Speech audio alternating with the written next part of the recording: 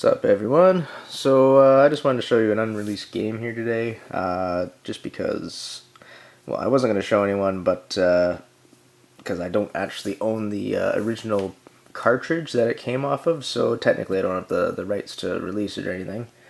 But something happened, and now I can at least show you guys, because, yeah, I'm not in contact with the guy anymore, and he kind of fucked off, so I'm just going to show you guys anyway, because otherwise no one's going to see this, which is a damn shame. So the game is called Death Track, or as you'll see in a little sec here, it has an alternate name as well. Basically, this game was made by Argonaut Software. If you're not familiar with them, they make a lot of, or they made a lot of the early 3D games that were for systems that weren't really designed to do 3D, like the SNES Star Fox that was programming them, for example. I'm sure you guys all know this. But yeah, they made a couple Game Boy games as well.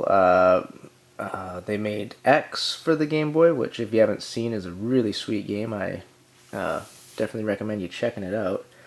They also did Days of Thunder. It's one of their earlier games. It's not very good. I didn't really like that one all that much. But they also did Race Driving, which I thought was a fucking sweet game because I didn't know they could make visuals like that on the Game Boy. It's just, you know, crazy to see. So this was actually going to come out after Race Driving. So this was actually a little bit of a refinement of that engine. So, yeah, I'm going to show you guys a little bit of that today. This is obviously the credits and stuff. I actually contacted Stephen Dunn, one of the programmers, or the lead programmer, I guess. And I'll just sort of fill in a little bit of the details as we go here. So to start, this is a 1-player game, a 2-player game, or a 4-player game, which there's not very many of those available for the Game Boy, so that's pretty cool. I can't test it. I don't have a 4-player cable or whatever the splitter is for it. And I don't have a second flash card, so I can't even test 2-player mode. So anyway, all the buttons just cycle through, like left and right doesn't do anything. It's just really basic in terms of menu functions go. Even A just kind of cycles through, so you gotta hit start for selections. Most of the gameplay seems complete, it's just the menus that are a little bit incomplete. It does look like the 4 arrows keys work for this, but A button still doesn't do anything. You gotta press start for selections. Name doesn't really matter, doesn't do anything except show your position, and you can't save it or anything. And the password, I don't, the lead, Stephen Dunn didn't actually remember if there was any passwords for it, or, you know, if this worked at all, so that he couldn't really help as far as that works. But everything I've tried doesn't work. I've done a few obvious guesses like Argonaut and stuff like that. I can't seem to get it to work. But as you can see, 2 tracks are available to, or sorry, 2 circuits are available to start here, which is pretty cool. I'm not sure if these are unlockable, as I'll sort of explain later, but like I said, Steven said that he's pretty sure that they did program all these tracks. I mean, I'm just not sure if it's in this version of it. I mean, there could be so many factors, right? But definitely all those circuits were made, so if a final version were to ever be leaked, then that would be cool. But maybe it's in this one too. I honestly, I can't get that far. You'll see in a bit. But here's the tracks for the first circuit here, Vector Valley. As you can see, they're pretty basic. They're just kind of squares mostly. But you'll see they're pretty cool as you once you actually get on them. The shop here, you can upgrade your car. All these work actually. Let's see, I think I want one of these, and a whole fuckload of these. Yeah, that should be good. Oh fuck, I meant to do the gray color palette for this. This is the standard Game Boy Color palette. Oh well. As you can see, once we start here, the actual gameplay is just black and white, since the wireframe graphics of this time were only 2 colors. They didn't do shading. Alright, so A button is go. We have left and right here. As you can see, the other cars are really fast. Like, it's really ridiculously hard. So you have to pretty much boost a lot of the time here. So A and B pressed down together is boost. which is actually not that bad to do. And you just got to do it like the whole fucking time because these guys are on it. They're boosting too. You can actually see it when I boost. It sort of does that little effect there. Oh, nice, he crashed. Does that little effect there, and does the same thing on the opponent's cars too, which is cool. So one of the advances in this engine is the rotating background.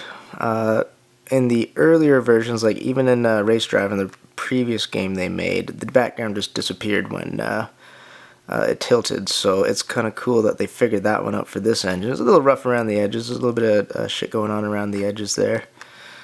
But yeah, there's even a shadow underneath the car, which I thought was pretty fucking sweet. Like, come on, real-time shadow on a goddamn Game Boy? Like, Jesus Christ.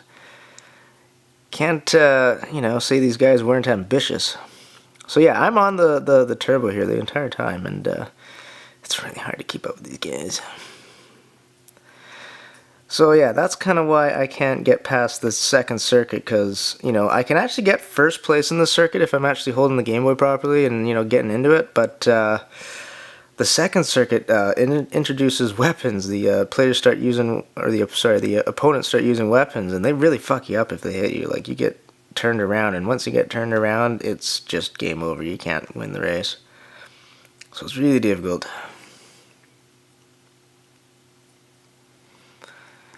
Oh, come on. We're on the final lap here. How much boost have I got? 0! Oh, no wonder why I'm not going so fast. Shit. See, the thing is you gotta kind of plan your boost. You have to get enough boost to basically go the entire race to win, because it's just, these guys are fast. Oh, yeah, well, I don't think second player's gonna catch up to me at least, so I'll at least get third.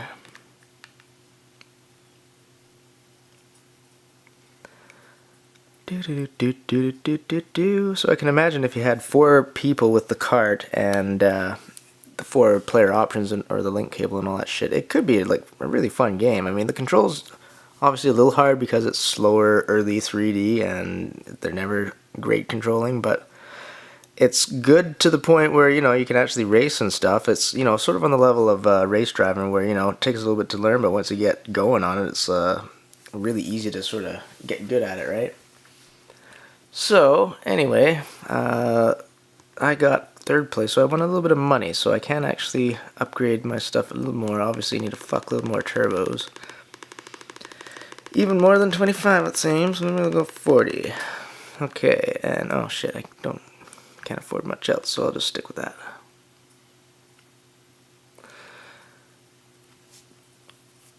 So I guess I should talk while I do this. So my racing performance is going to start sucking because I'm going to start reading some notes here.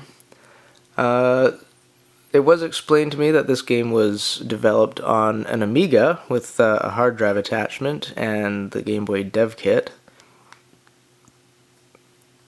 God damn it, I knew that would happen. He says he tried looking for the disc that had this game on it, but he can't find it, so don't bother bugging him for it. He is supposed to get back to me. Oh yeah, there's jumps in this level, so just so you know, that's pretty cool. But yeah, he's supposed to get back to me if he does find anything. I'm not sure if that'll ever happen, but hey, it's out there.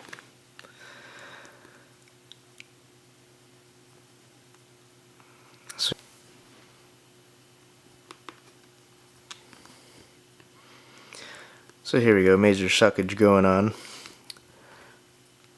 So I'll just explain how it was explained to me anyway, how the engine was wrote for all these games for the Game Boy anyway. So apparently a gentleman named Dylan Cuthbert had designed a way to map the Game Boy screen so they could do 3D instead of 2D. And then Steven here developed a vector system, or a vector code to overlay over top of it, and also the sprite code as well.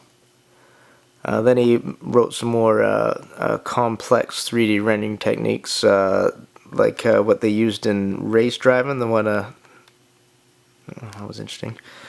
How they sort of made it look like polygons, and the same thing is actually in this game here. Whoa, woo, good on that one. So yeah, apparently this 3D rendering technique uses stipples, whatever those are. I'm sure the more technically knowledgeable will know what that is. But and also a flood fill system. So that's what makes the vectors look like they're actually polygons.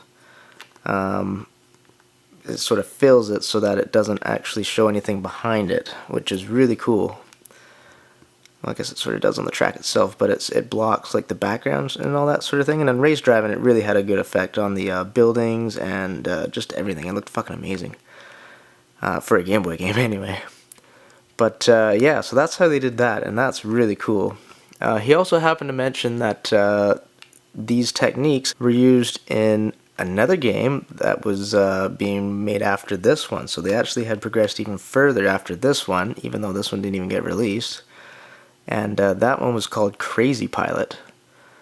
Crazy Pilot apparently never got much past just like a tech demo. Basically they had like you could fly around, they had controls, but it didn't have any sort of like gameplay elements like objectives or anything. It was just, you know, flying around a landscape. He did say that they had rolling hills and the solid sky and all that, but just no gameplay was really made for it.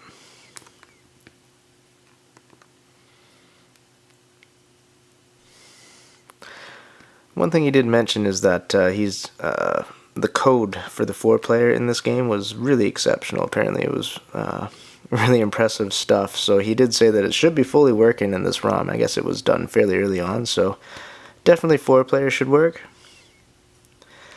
But yeah, no, there's not a whole lot else to say about this game. I mean, it does seem to be fully functional, and he did seem pretty certain that the tracks would be done as well. I mean, it was a long time ago. He did say, I mean, all of this stuff take with a, you know, sort of a grain of salt, because he's going by memory of like over 20 years ago now, right? So obviously not everything will be exact, but you know, that's from what he remembered anyway. So I'm not sure, maybe I can show you other tracks or something. I don't know, I might do another video actually, but just to follow up with maybe just some gameplay or something.